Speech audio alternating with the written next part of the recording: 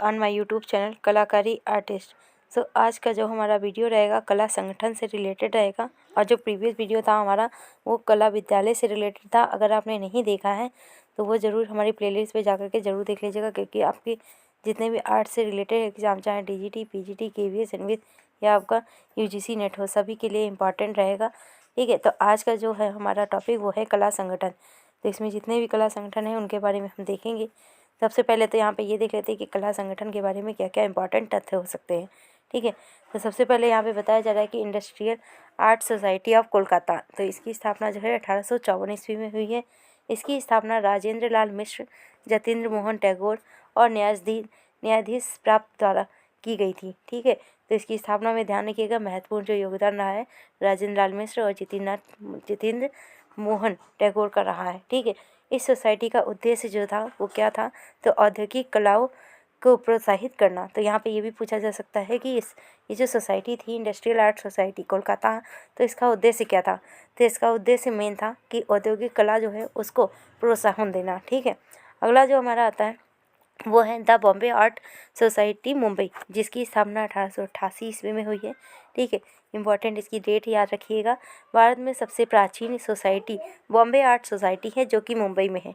फिर सन 1910 ईस्वी में इस सोसाइटी ने प्रथम जनरल जो है a brief history of a history sketch of the Bombay art society with special reference to the period, इसकी जो टाइमिंग रहेगी वो रहेगी 1906 से लेकर के 10 तक की, ये प्रकाशित किया हुआ था। ठीक है, अगला आता है कि 1939 में इस सोसाइटी का सैलून स्थापित किया गया है। ठीक है, तो डेट याद रखिएगा सैलून कब स्थापित हुआ है इस सोसाइटी में, तो 1939 में। फिर आता है कि 1989 में से लेकर के 90 तक की हुसैन बेंद्रे, ये दोनों कलाकार जो है नामक स्कॉलरशिप का भी प्रारंभ यहाँ पर किया गया था। तो ध्यान रखिएगा ये हुसैन बेंद्रे नामक स्कॉलरशिप जो है उसका प्रारंभ किया गया था इस नाम से, वो भी कब, तो 1989 से लेकर के 90 तक की, और वो भी कहाँ पर, तो ये भी याद रखिएगा कि बॉम्बे की जो आर्ट सोसाइटी है मुंबई में, ठीक है, वहीं पर ये स्टार्टिंग की गई थी। अगला आता है हमारा जो है Indian society of oriental art Calcutta, जिसकी स्थापना आप जानते हैं कि अवनीन्द्रनाथ टैगोर और गगनेन्द्रनाथ टैगोर दोनों ने मिलकर की थी। ये बहुत ही ज़्यादा इंपॉर्टेंट है, इसकी डेट ही जो कि है 1907। ठीक है, अब इसके कुछ पॉइंट्स हैं उनको देख लीजिए। जैसे आता है कि Indian society of oriental art, इसकी स्थापना अवनीन्द्रनाथ टैगोर ने अपने बड़े भाई जो गगनेन्द्रनाथ टैगोर हैं इनके साथ में मिलकर के की थी। यहाँ पे बहुत बार कंफ्यूजन ये हो जाता है कि गगनेन्द्रनाथ सही होगा या अवनीन्द्रनाथ। अगर आपके ऑप्शंस में एक ऑप्शन इसमें दोनों में से देता है तो आप अवनीन्द्रनाथ और गगनेन्द्रनाथ दोनों में से एक को चूज़ कर सकते हैं, बट अगर दोनों ही देता है तो आप सबसे पहले अवनीन्द्रनाथ टैगोर को ही चूज़ करेंगे। ठीक है, अगला पॉइंट है कि इस सोसाइटी के प्रथम अध्यक्ष जो थे लॉर्ड किर्चनर। ठीक है, प्रथम अध्यक्ष कौन है, लॉर्ड किर्चनर, और प्रथम सचिव जो थे अवनी बाबू थे। ठीक है, दोनों को याद रखिएगा, ये जो सोसाइटी है बहुत ही ज़्यादा इंपॉर्टेंट है। ठीक है, सोसाइटी में 35 टोटल सदस्य थे, जिसमें से 30 अंग्रेज थे और 5 भारतीय थे। ये क्वेश्चन आपका पहले पूछा भी जा चुका है TGT के पेपर में। ठीक है, UP TGT में, तो बहुत ही इंपॉर्टेंट है कि 35 यहाँ पे सदस्य थे, जिसमें से 30 अंग्रेज थे और 5 भारतीय थे। अगला पॉइंट है कि इस सोसाइटी का प्रमुख उद्देश्य जो था भारतीय कला को यूरोपीय अकादमी कला के प्रभाव से मुक्त कराना। ठीक है, तो इसको ध्यान रखिएगा। अगला आता है the society of the India, जो कि है मुंबई में 1918 ईस्वी में इसकी स्थापना हुई है। तो इसकी स्थापना जो है वो किसने की है, तो सावल राम ऐसे हालनकर जो थे इन्होंने इसकी स्थापना की है। तो ध्यान रखिएगा 1918 ईस्वी में। ठीक है, इसकी वार्षिक प्रदर्शनी तथा पुस्तकालय के लिए इसे ललित कला अकादमी और महाराष्ट्र सरकार के से आर्थिक सहायता भी प्राप्त है। ठीक है, तो यहाँ पे आर्थिक सहायता के बारे में बात करेगा तो कहाँ से मिलती है, महाराष्ट्र सरकार के द्वारा और ललित कला अकादमी के द्वारा। ठीक है, ये सोसाइटी का नेम क्या है, the art society of India, जो कि मुंबई में है। 1918 ईस्वी में इसकी स्थापना हुई है। अगला हमारा आता है all India fine art and craft society, जिसको शॉर्ट में IFEX भी कहते हैं। ये बहुत ही ज़्यादा इंपॉर्टेंट है आपके लिए, जिसकी स्थापना जो है 1928 ईस्वी में नई दिल्ली में हुई थी। ठीक है, तो इसके बारे में जितने भी पॉइंट्स हैं सभी ध्यान रखिएगा। सन 1925 ईस्वी में स्थापित IFEX भारतीय कलाकारों द्वारा इंडिया हाउस लंदन को सुसज्जित करने के लिए इसकी स्थापना हुई थी। तो कहाँ के लिए, तो लंदन हाउस जो है, ठीक है, उसकी सजावट के लिए यहाँ पर 1925 ईस्वी में इसकी स्थापना हुई है। तो किसकी, IFEX की। ठीक है, IFEX की कभी कभी फुल फॉर्म ही पूछ लेता है, तो आ जाता है कि all India fine art and craft society जो है, ये इसको ही शॉर्ट फॉर्म में आईफैक्स कहते हैं। आईफैक्स को स्थापित करने के लिए वकील बंधुओं में जैसे शारदा चरण वकील और वर्धा वकील, ये जो बंधु थे, इन्होंने ही यहाँ पर मिल करके इसकी जो स्थापना हुई है उसमें महत्वपूर्ण योगदान रहा है इनका। इस सोसाइटी की प्रथम प्रदर्शनी जो है वो वाइस रीगल पैलेस, जो वर्तमान में राष्ट्रपति भवन है, ठीक है, वहीं पर इसकी स्थापना, यहाँ पे पहली प्रदर्शनी लगी हुई थी, ठीक है। अब अगला पॉइंट यहाँ पे देख लेते हैं कि इनसे रिलेटेड कौन कौन से बन सकते हैं। तो आईफैक्स को यहाँ पे प्रथम विश्व कला सम्मेलन आयोजित करने का श्रेय भी प्राप्त है। तो पहले ध्यान रखिएगा क्या पूछा जा रहा है, बताया जा रहा है कि प्रथम विश्व मेला सम्मेलन, ठीक है, जो कि आईफैक्स को ही प्रदान है यहाँ पर, मतलब से श्रेय मिलता है यहाँ पर, ठीक है। फिर आता है सन 1984 ईस्वी में 60 वर्ष से ऊपर की आयु वाले कलाकारों को कला रत्न, कला विभूषण और कलाश्री इससे पुरस्कृत किया जाता है। तो काफ़ी बार यही पूछ लेता है कि कला विभूषण और कलाश्री और कला रत्न ये कहाँ से प्राप्त होता है। तो ये आपके आईफैक्स जो सोसाइटी है वहीं से प्राप्त होता है, और किसको, तो 60 वर्ष से अधिक वालों को, ठीक है। और इसकी जो शुरुआत है वो 1984 ईस्वी से हुई थी, ठीक है। ध्यान देते रहिएगा क्योंकि बहुत ही ज़्यादा इम्पॉर्टेंट है ये। सन 1994 ईस्वी में आईफैक्स ने अपना के क्षेत्रीय केंद्र पंचकुला हरियाणा में स्थापित किया। तो पंचकुला हरियाणा जो है बहुत ही ज़्यादा इम्पॉर्टेंट है, आपका आ भी चुका है पहले। तो ये जो आईफैक्स है इसमें अपना क्षेत्रीय केंद्र स्थापित किया है, कब, तो 1994 ईस्वी में। आईफैक्स आर्ट जर्नल जो है, ये रूपलेखा जो है मासिक पत्रिका, आर्ट न्यूज़, ये दोनों ही यहाँ से प्रकाशित होती हैं। तो पूछा जा सकता है कि रूपलेखा और मासिक पत्रिका जो आर्ट न्यूज़ हैं, तो ये दोनों कहाँ से प्रकाशित होती हैं, तो आईफैक्स से। अगला आता है हमारा कि अकादमी फाइन आर्ट कलकत्ता जो है, इसकी स्थापना 1933 ईस्वी में हुई है। तो इसके प्रथम अध्यक्ष कला पारखी प्रद्योत कुमार टैगोर जो हैं, इनको नियुक्त किया गया था। इसके बारे में केवल इतना ही इम्पोर्टेंट है। बाकी आता है बिरला अकादमी आर्ट एंड क्राफ्ट कोलकाता जो है, इसकी स्थापना 1967 ईस्वी में हुई है। तो इसकी जो स्थापना है बसंत कुमार जी ने की थी, इन बिरला ने और इनकी पत्नी जो है उन्होंने मिलकर के दोनों ने की हुई है इसकी स्थापना। तो आप ध्यान रखिएगा बसंत कुमार बिरला ने इसकी, बिरला जो अकादमी है इसकी स्थापना 1967 ईस्वी में की हुई है, ठीक है। और इसका उद्घाटन की बात करेंगे तो इसके उद्घाटन जो है वो कर्ण सिंह के द्वारा किया गया है, ठीक है। 1995 ईस्वी में इसकी एक शाखा जो है मुंबई में भी स्थापित की गई है, ठीक है।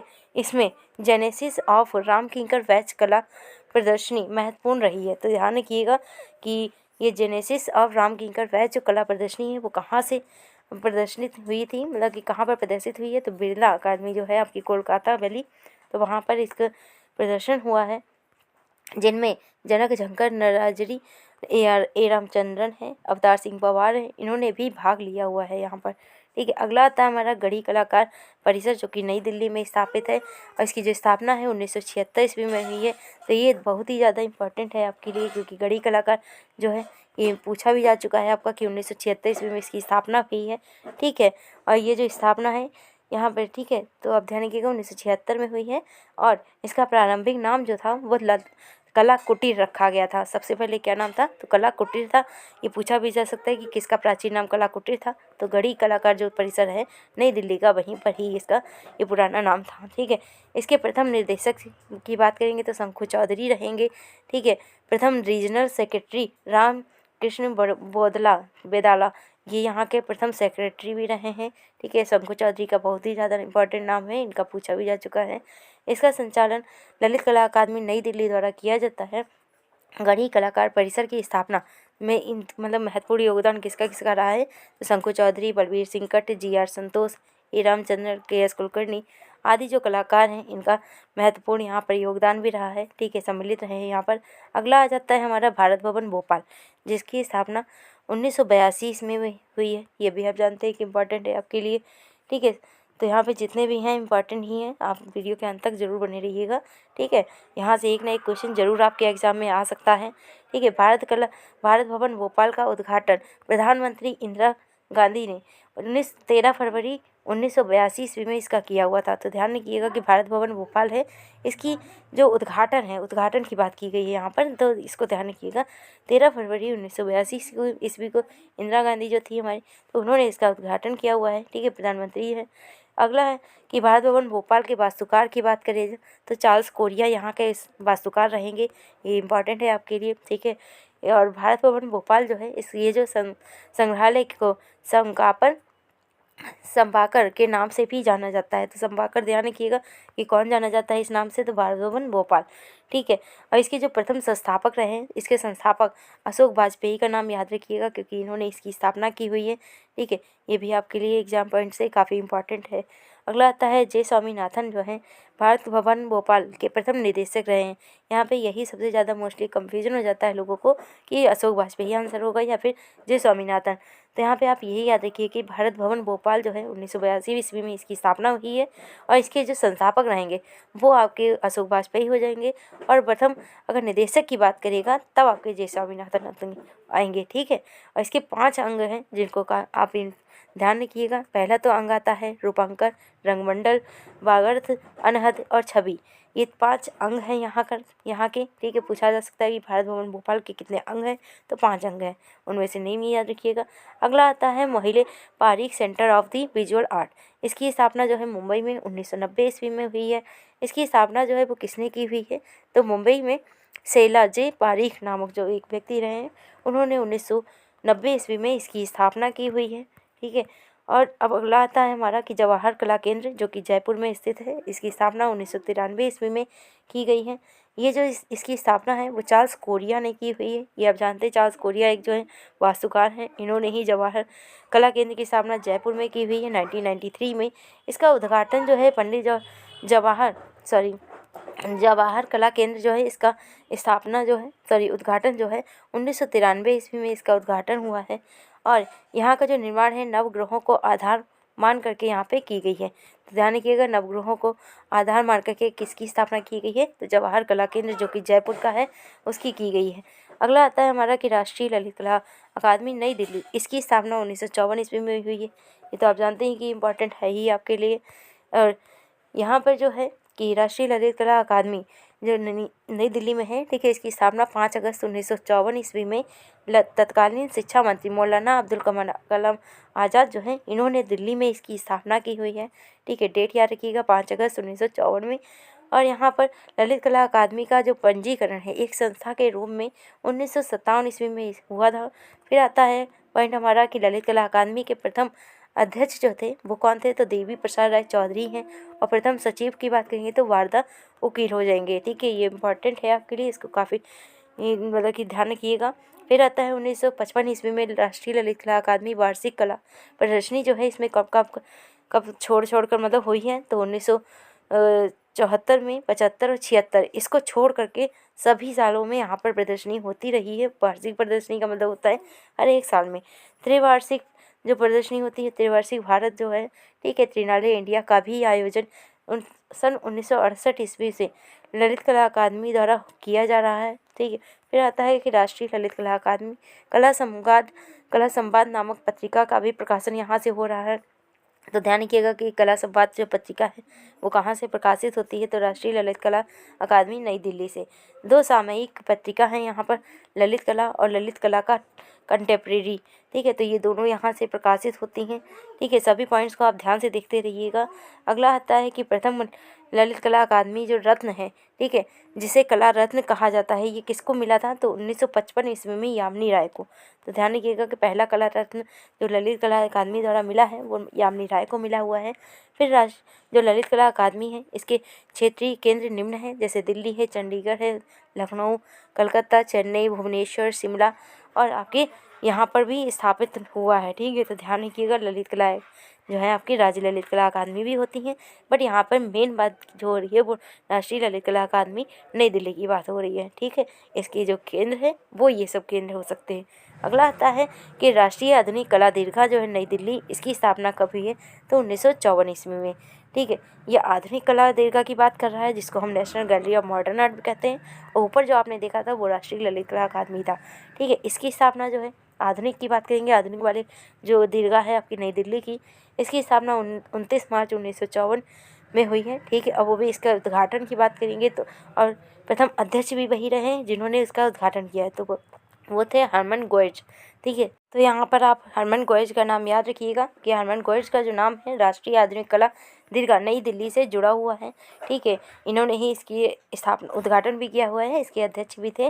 और नहीं, NGMA। अब NGMA क्या है, तो ये आपका national gallery of modern art, इसी का ही शॉर्ट नेम है। ठीक है, इसकी एक शाखा मुंबई में भी है, जिसकी स्थापना 1996 ईस्वी में कोवासी, ठीक है, जहांगीर संग्रहालय में हुई है। ठीक है, फिर आता है NGMA की दूसरी शाखा जो है वो बेंगलोर में है, जिसकी स्थापना 2009 ईस्वी में की गई है। NGMA का औपचारिक जो उद्घाटन है 1954 ईस्वी में राष्ट्रपति एस राधाकृष्णन जो है और द्वारा की गई थी। पंडित जवाहरलाल नेहरू जो हैं भी उपस्थित यहाँ पर थे। ठीक है, तो उस टाइम इसकी स्थापना हुई है, उद्घाटन हुआ है 1954 ईस्वी में। ठीक है, अगला यहाँ पे कुछ सांस्कृतिक केंद्र दिए हुए हैं, उनको भी आप देख लीजिए साथ में। ठीक है, क्योंकि सांस्कृतिक केंद्र भी कभी कभी पूछ लेता है आपका। ठीक है, तो यहाँ पे इसके बारे में ध्यान रखिएगा कि क्षेत्रीय सांस्कृतिक केंद्र ये टोटल है कितने, तो ये टोटल आपके 7 हो जाते हैं।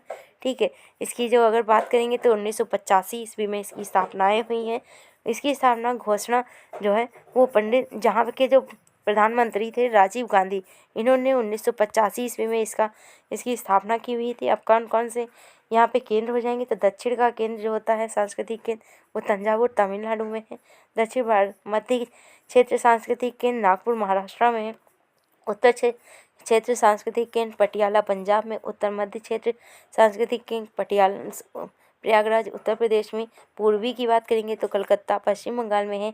उत्तर पूर्व की बात करें तो नागालैंड जो है दीमापुर का वहाँ पर है। और पश्चिमी से क्षेत्र की बात करेंगे तो उदयपुर राजस्थान में। तो सभी की सभी केंद्रों का ध्यान रखिएगा। अगर आप चाहें तो अपनी नोटबुक में नोट भी कर सकते हैं। ठीक है, तो आज के लिए हमारी इन्फॉर्मेशन यहीं तक रहेगी, जो कि आपके कला संगठन से रिलेटेड थी। और आपने अगर कला विद्यालय के बारे में नहीं देखा है तो वो भी ज़रूर देख लीजिएगा, क्योंकि यहाँ से एक ना एक क्वेश्चन ज़रूर आपके एग्जाम में आने वाला है। ठीक है, चाहे आपका UPTGT हो, PGT हो या DSSB। ठीक है, सभी के लिए इम्पॉर्टेंट है। और आपने प्रीवियस वीडियोज़ हमारी 1 से 25 क्वेश्चंस की नहीं देखी है सीरीज़, तो वो भी हमारे प्लेलिस्ट पे पड़ी है, वो भी आप देखा करिए। ठीक है, वीडियो अगर अच्छा लगता है लाइक सब्सक्राइब जरूर किया करिए और हमारे चैनल का फीडबैक ज़रूर दीजिए, जैसे कि आपको अच्छा लग रहा है या इसके बारे में कुछ भी आप बताना चाह रहे हैं। ठीक है, वीडियो अच्छा लगे लाइक सब्सक्राइब जरूर करिए। Thanks for watching.